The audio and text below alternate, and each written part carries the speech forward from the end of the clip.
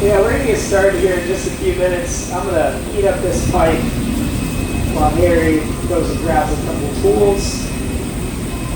We have to have these pipes nice and warm before we start working with them. Otherwise, the glass will not stick to the blowpipe. So just taking some time here, heat up the very tip.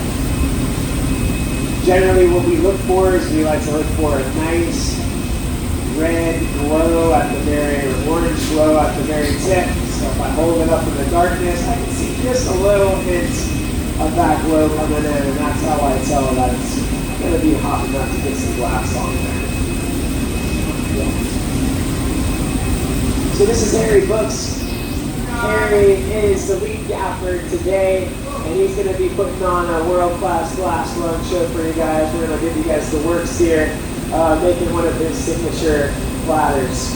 Harry's been blowing glass for over 30 years, so he is considered a maestro of glass.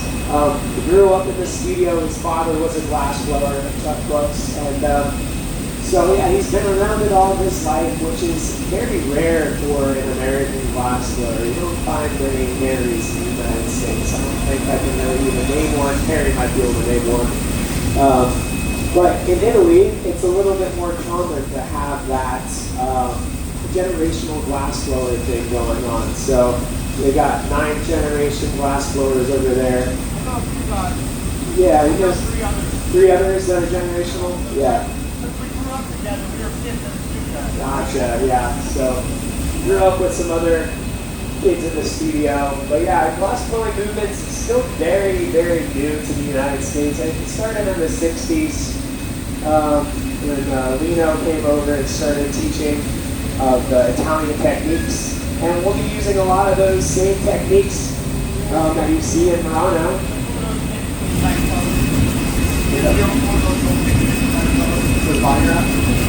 You want me to do it now? Yeah. All right, so we're going to be doing a body wrap on this piece. And what Harry did just then is he got a color chunk. Yeah, feel free. There's some culprit seating up here. I don't bite, but order it out here. Yes, I'm a biter.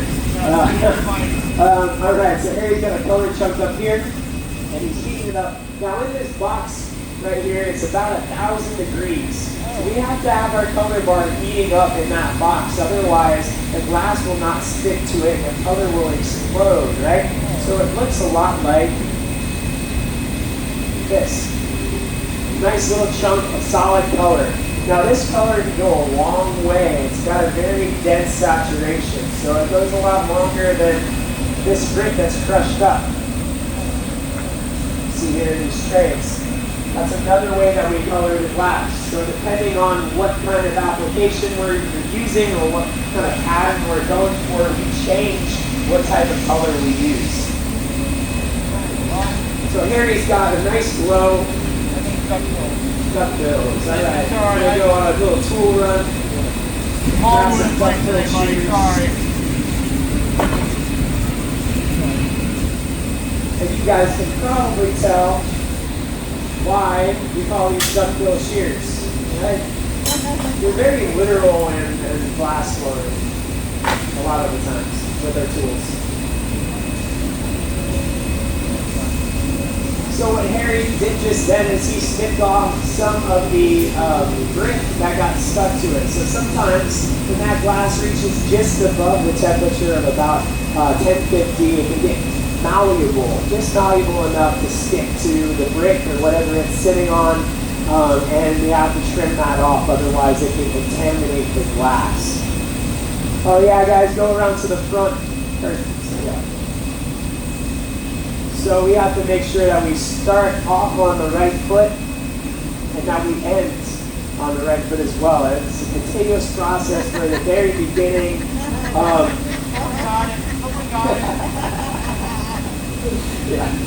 So we got to make sure that it's smooth all the way through. That's the goal, right? If you start off with a weird bubble at first, it just gets worse, right? So we always got to make sure we're on the right page. So Harry's really taking some time here and melting that color, getting it to a malleable state at about 2,000 degrees. So inside these two furnaces right here, this is toothless, and this is pup. So those two furnaces hold about 400 pounds, 400 to 500 pounds of molten glass in there. And you guys will see us going into that a little bit down the line in the process. So Harry's going to very meticulously shape this color bar, rolling it on the barber. Oh, yeah, we're going to be going into that, guys. So we're going to have you guys trickle up to that second to last row. I hate to make you move, but we're going to be using this color box. Yeah, if you want to hop up right there, just one more, perfect. That way we're not getting anybody burned. We got a good track record here, though, except for that school group last year. No, we got a great track record. We don't burn people. I like to say the front rows of the splash zone. You guys ever been to SeaWorld? All right, so Harry's letting that cool down a little bit. He's got a little bubble inside of there. Tiny bubble, you can't see it. That glass is opaque. So the only way you can tell if there's a bubble inside of that glass is by the expansion of the shoulder. Very detailed work here. Always have to be paying attention to the detail. You could watch this demonstration 100 times and still not pick up on every single thing that happens in order to make this piece. So even I watched Harry work, and I've been doing glass blowing for about 8 years, and I still learn something new every time. Right, so Harry's going to go into this pot, molten glass. There's a crucible sitting inside of there made out of a special type of ceramic that can withstand high heat. And that glass sits in there 24 hours a day, the molten state. So you can see here it's a little bit wonky, but he's going to shape it up with this fruitwood block. Now this fruitwood block is generally made out of a cherry wood, nice hard wood. And that hardwood soaked in water allows us to have a nice smooth shaping along that glass. Now symmetry is very important in glass blowing, especially when we're doing blown work such as cups, vases, platters. All of the symmetry matters for those, especially for the blown work. So you can see he's always going to be turning throughout this whole process, keeping things on center. When you're learning how to blow glass, it is a weird concept. Keeping things on center on a horizontal axis takes your brain a little bit of time to get used to that movement to be able to balance that out. So you can see the color bar is very close to the pipe. It has not expanded throughout the whole piece. But he's going to introduce some more air into it and get that to expand. Balance of time here. So yeah, my name is Matthew Sitt. I didn't introduce myself. I've been blowing glass for about 8 years, studying in school. I came down here to St. Pete to learn from great artists such as Harry. And it's been a really nice community down here. If you guys are just visiting St. Petersburg, this is kind of known as the Glass Coast. There's a lot of galleries such as the community. Great place to be a glass artist and learn glass.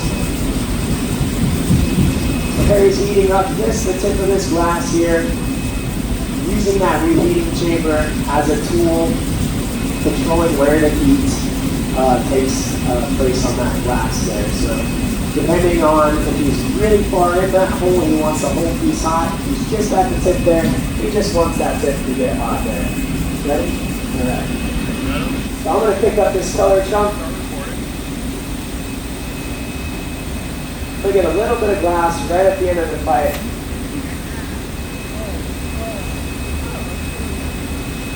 I'm going to hold it up with my gravity doing its thing. My hair is going to shape that glass, expanding that color throughout the entirety of the piece there. Some spins. Now that's to elongate it, not just for show. Alright, picking up the mid green. hurry on over to the hole here. So if I take too much time walking from point A to point B, that glass can crack apart. It can explode, shatter. It's because once this glass reaches about 1,000 degrees, 900 degrees, anywhere below that point, it can break apart. So typically 800, 700 is our danger area there. So it takes some time now, heat this glass. Harry's got some shaking going on. The cheapest tool in the hot shop is shaking the glass right now. Yeah, I was kidding. Yeah, the cheapest tool is not Harry, but the newspaper. Alright, so he's using that newspaper soaked in water, and that allows us to really shake the glass with our hands. So I'll touch it with my bare hands, I swear I will. Harry does touch glass for fun. I'll go for fun. Anything to feel something, you know what I mean? Yes, he's been known to slap the glass a little bit here and there. You can't get away with it if you're quick. Alright, so I'm heating up this color. I got it moving quite a bit here. I started off with here with a lens of blue right on the end of the pipe. I got a very small bubble established in that lens of blue. Got my first layer of clear on there, pulled all the clear towards the end of the pipe. After I pulled all that clear to the end of the pipe, I let it all cool down uniformly. Then, heating up just the very tip of the piece of glass right here, when I blew air into the pipe, tapped it off with my thumb, it shot the bubble right through that clear and down on into that lens of color. So that's how I created this color fade here. Generally, color blown this uneven is an extreme taboo in glass blowing. In this case, I did it very, very simple. In the Celtics. And in the Celtics. And as you can see, the tip is cooling down a little bit. You start to see that color, that lagoon come in just a little bit more. And yes, the colors will change as it cools down. The colors tend to show themselves a little bit more. But whenever they're hot, they don't look anything like they're going to look like at room temperature. Especially, yeah, way too low. I got your door.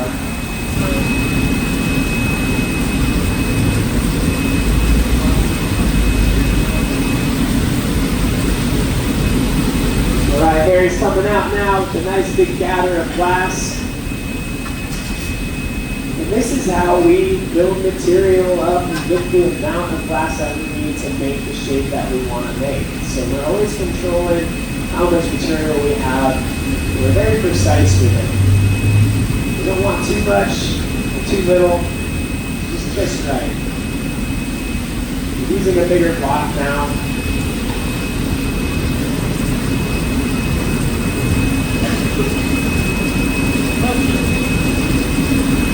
Shaping with that newspaper again. Pushing the glass to where he needs it thick or thin. So pulling it with his hand. Using quite a bit of force paired with the turning to really pull it to where he needs it.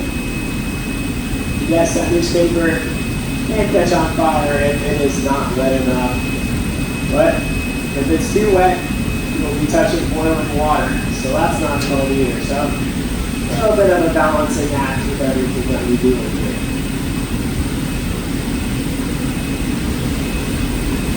We generally want a little bit more mass at the very end of the glass.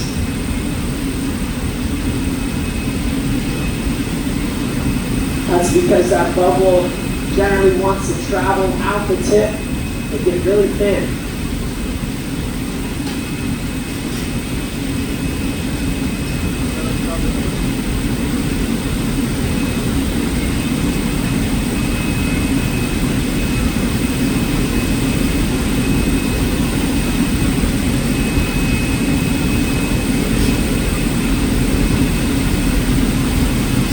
Shake this up.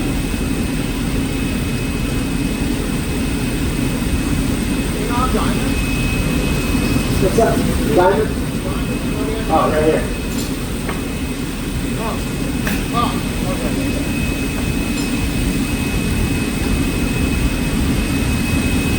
We're going to do a little handoff here. So now I'm going to keep this on center. Harry's going to heat up that color. We're going to do a body wrap on this, and we're going to coil this glass all the way around this piece right here. Using these rollers. Now these rollers allow me to turn in place, allowing a nice smooth coiling process. So this kind of shows you guys the nature of the glass. Kind of a similar thing to how fiber optic glass is pulled, except this is a lot thicker than fiber optic.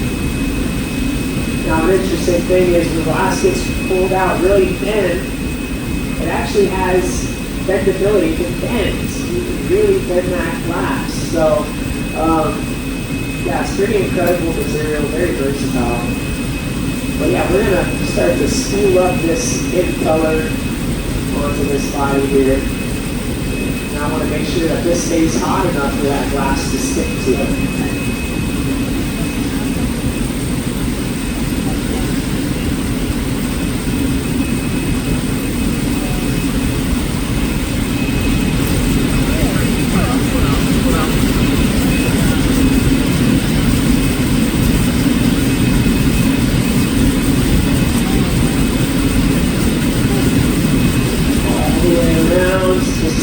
Trails it off. Beautiful. Very nice. Let's give it up there. Hey! Very sweet. Harry likes to make everything look very easy and simple, and by the end of this, we probably think you can make a spin-out platter yourself.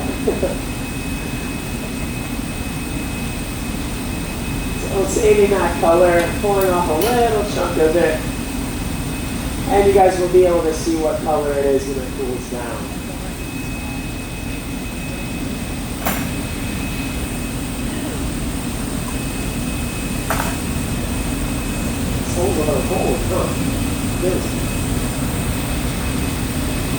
Alright, so now he's going to melt in all that body wrap that he just applied, smooth it out, making sure that he's got a nice smooth mesh of the color and the clear combines. So this is one of our main tools right here, this marker. You're going to see Harry go back and forth to it every once in a while. We want to make sure it's nice and clean, free of contaminants or stray grit that might have gotten on there, even rust can kind of contaminate the glass. But this marker helps us shape and cool the glass down.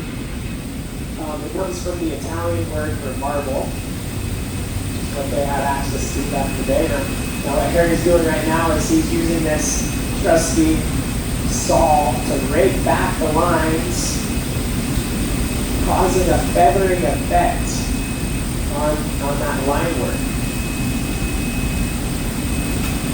Nicely done. Yeah, not a traditional glass blowing tool, but it works very well for that application. A couple spins there to elongate that glass off the pipe.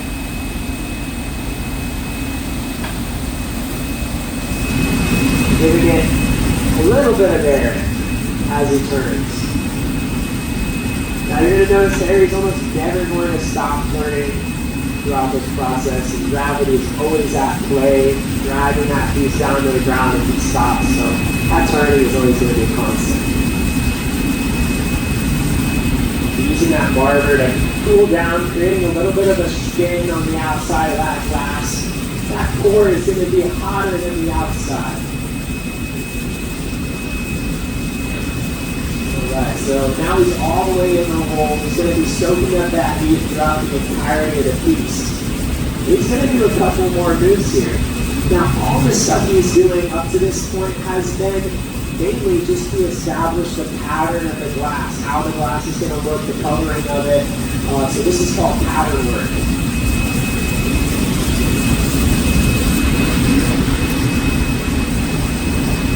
Alright, so he's going to turn one direction here on the marker, just touching the tip of that glass, and you can see how it starts to affect those lines, coiling them up, creating this beautiful pattern.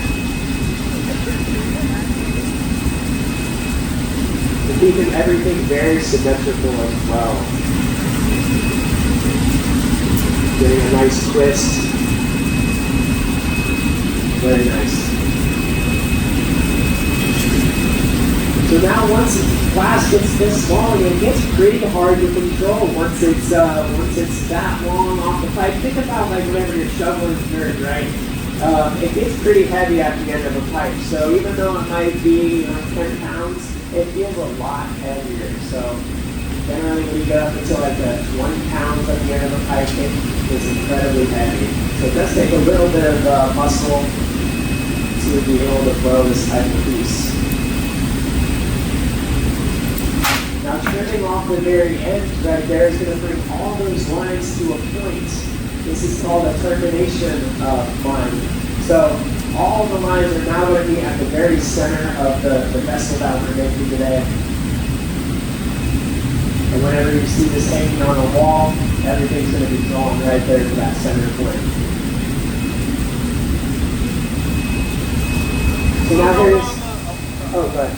Well, here's going to use this pipe cooler to cool down the pipe while it hangs out a bit. And he's going to allow this to set up before he goes in and gets it really hot. He's going to stuff it in one of these optic molds right here. It's a bunch of different optic molds, scallop mold, ridges. These all affect how the piece will blow out. It's a great time to get a photo up close if anyone's interested. Just saying. Oh, it's moving. There you go. If anybody's got some marshmallows, now's a good time to pull them out. Make some s'mores really quick. Thank you. Oh, there we go. Sometimes that low line gets snagged. You can't feel the heat radiating off of it. However, it's still very, very hot enough to where that glass will not shatter.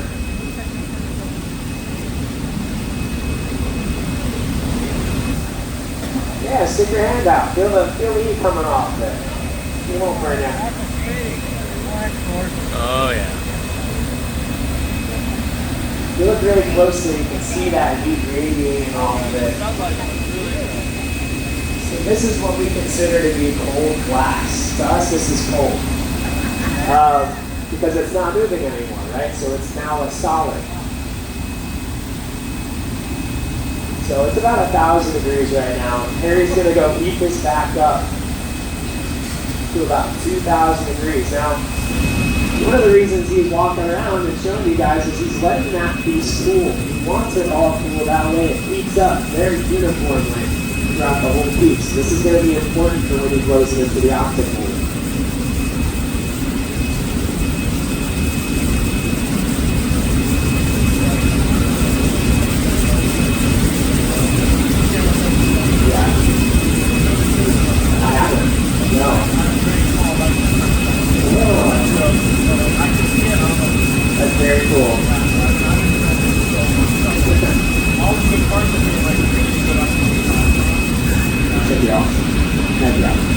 Harry's just telling me about some filming tools he's got. He's got some new meta glasses on, filming that up close, personal glass blowing experience there. So Now, if you like glass, follow my Instagram. he's gonna have a lot of good content on there for you guys to check out. Yeah, get your glass fix. Harry's Instagram is right here if you guys are on social media at all. Mine's right here. I post some glass things here and there. But it's always a good way to stay up to date with what we're doing. All right, so stuff fitting into the optic mold, creating some ridges, blowing some air inside to expand it into those ridges. And then he's going to come out, give it a couple twirls like that to elongate it a bit. Stretching it out. And then he's going to control how it expands by tapering down the back just a little bit there, adding some pressure and some cooling, and then he's going to blow into it. And now this is going to expand that bubble on the inside. Now this is really important, the timing of all this, because if he takes too much heat in there and he doesn't blow out those ridges will melt away and you won't have that same effect. So he's got to do all these boots in timing. Pull my blow hose. Your blow hose is, oh, it's on you. It's in your pocket. Yes, sometimes that does happen. So he's going to attach this blow. He's going to attach the blow hose onto the back. Man, it must have been just right on you, huh? You can feel it. Yeah, so now he's going to be making a jack line. Now this jack line, we generally use these jacks. Hence the name jack line, right? So these long bladed jacks are the way that we get the glass off of the pipe. So we use those to sink in a line just off the end of the pipe, and that's going to allow us to break the piece off. So without that jack line, this piece would be stuck on the pipe. So here he's going to be adding a little bit of air pressure while he sinks in this jack line. Now it takes a little bit of pressure, squeezing that glass lid. Now glass is always going to break at its weakest point. So we're creating a weak point.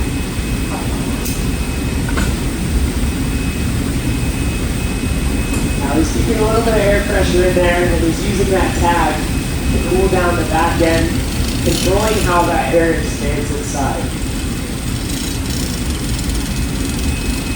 Keeping it on center as well. You can see a little subtle expansion there. Not overdoing it, because we can always put more air in, but we can't take air out. So once that glass gets too thin, there's no going back. So we got to keep it just the right amount of thickness. So we're going to put a foot on this piece. So this foot is going to be how the piece sits, how it stands. We can either use this foot to hang on the wall, we can set it on the table. It's very versatile.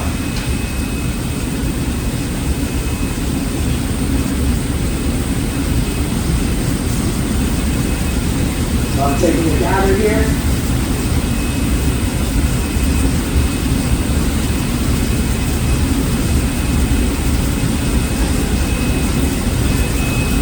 Bring it on over to Harry.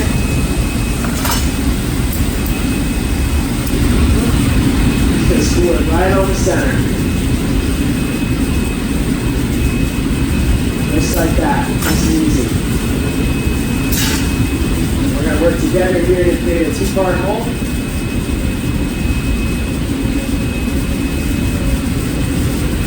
He's going to add a little bit of a bevel and add a little bit of pressure.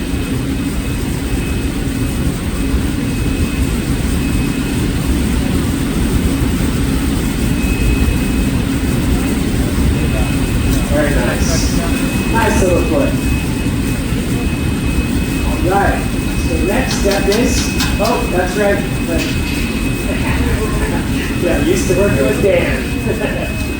So Harry likes to bring his own punties, so he's gonna take a little dabber. I'm gonna keep this on center.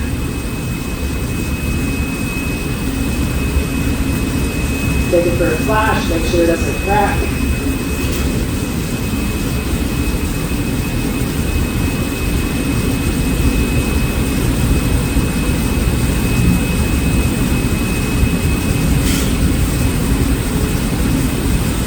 Timing has to be just right. Otherwise, this piece will fall and hit the ground. Oh, excuse me, guys. If you guys could exit out through the front. No, it's okay. Sorry, guys. All right. I'm just going to stick it right to the center. Man, just like that. Aligning it right to the center point.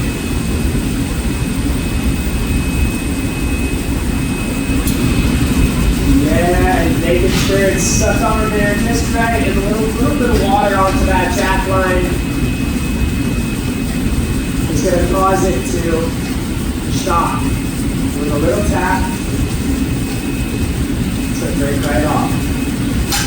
There we go. Let's give it up for Harry, guys. Okay. So now Harry's going to spend some time soaking in the heat to the front of the piece. We've got to get this open, right? You guys are probably having a hard time imagining how this is going to be a platter if you haven't seen glass blowing before. But you're going to slowly start to open up this hole. Now, at the end of this piece, we're going to stick this piece in the big ovens that we have over here. These are called our annealers. So these annealers are kept at 900 degrees Fahrenheit. So that's the annealing temperature of this specific glass. And it has to be in there for about 24 hours, otherwise the piece will crack. So if we were to leave this piece right here on this table, it would break apart in about 2 minutes. So it's important that that glass goes through that annealing cycle. Good breath? Okay. Yeah, otherwise it breaks. So if glass is not annealed, it has a chance of surviving, but it could be a week, it could be a day, it could be a year. That glass will eventually break if it's not annealed properly. It's because the stress is kept inside that glass. So this is basically those ovens are a way for us to kind of chill out that glass, de-stress it.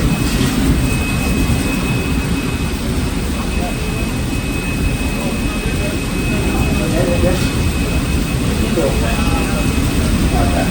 So here he's going to get enough heat to do a trim. Now this trim is a pretty tricky do here, especially when you're learning how to build glass. It can be very hot on your hands. So he's going to be using those duckbill shears that I showed you guys earlier.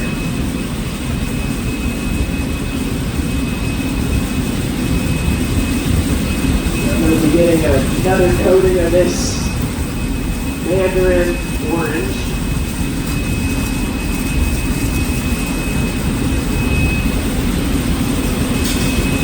So now you guys can see the heat difference between the front of the piece and the back of the piece. Pretty noticeable. Throwing orange on the front. Yeah, there we go. Opening up a bit. Dipping his hand in water as a heat shield, and then cutting it with those duckbill shears. All the way around. Now what that does is it exposes all of those ridges that he created from the hole. And that's going to impact how it flares out. So it's going to create a nice scalloping effect whenever he starts to spin this thing out. Very important to do. I need a quick flash and then I'm good to go. Okay.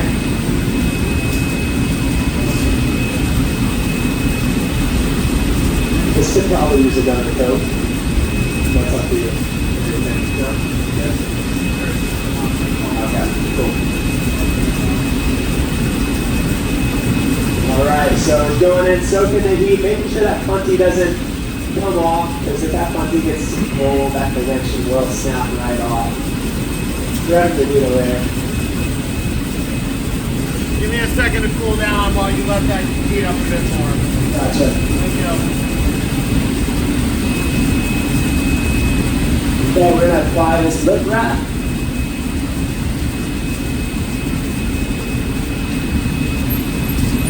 Good.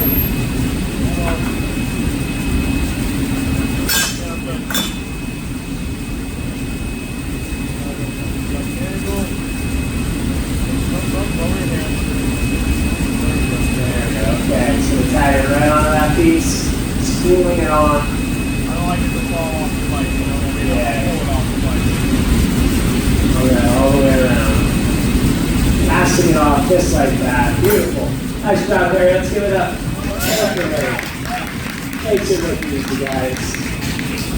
So the next step is he's got to heat up that lip wrap and bind it to the whole piece, right? Otherwise it will be too loose on there, and when he goes to spin it out, it will kind of fall off. So he's got to really make sure that that's intact.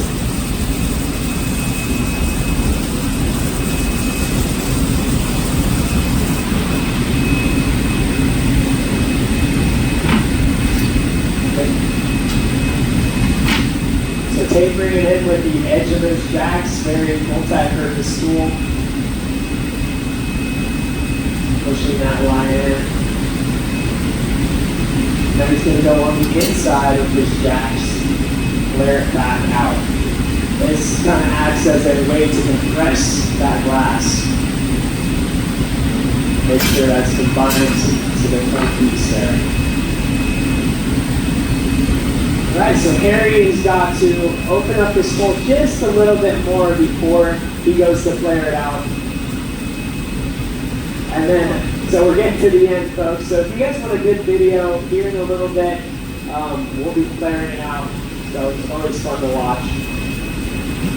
But yeah, he's got to get that hole open just a little bit more. Otherwise, if he starts to try to flare it out right now, then what will happen is it will collapse in on itself. So we need that hole just a little bit more open.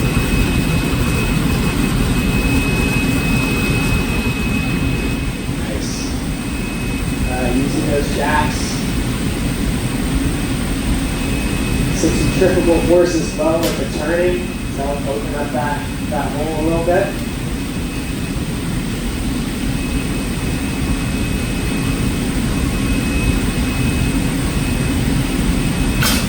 Alright, nice. Here we go. So this is going to be our final heat here, guys.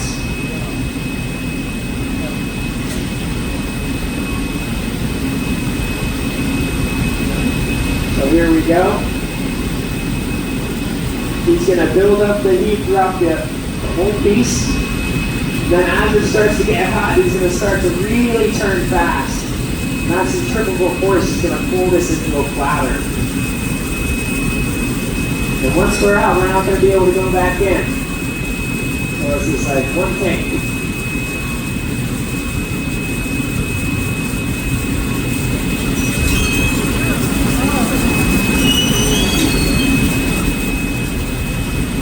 Just like faster and faster and faster. Getting wider. And angling down a little bit to create some folds.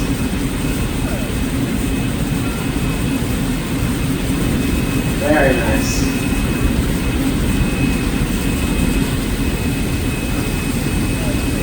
Beautiful piece. Start to see that color come in a little bit more. Very nice. Alright, we're going to break this off before it cracks. He's going to add a little bit of water to that plenty. Shocking it a little bit. And it'll pop right off.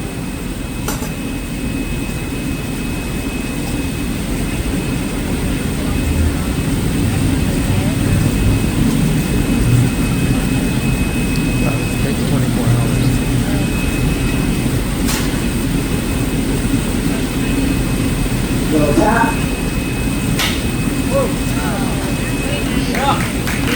Yeah. Nice job, Harry. Everyone in the box. Good work. Nice. Thank you guys so much for coming out.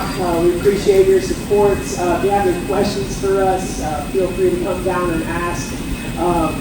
Happy holidays to you guys. If you're interested in that piece, let Harry know. He'll give you a good deal on it. We do off the pipe special. So, yeah, if you guys like to support us, we do have this little bucket right here. This helps us buy colors and tools and keeps us doing what we love to do. So, yeah. What's that? Do you ship? Yeah, we can ship it. Yeah, you're going to let the front desk know that you're interested in it. We'll send you a picture 24 hours when it cools down. Yes, that piece will be ready by tomorrow afternoon. Yeah, feel free. If you guys are curious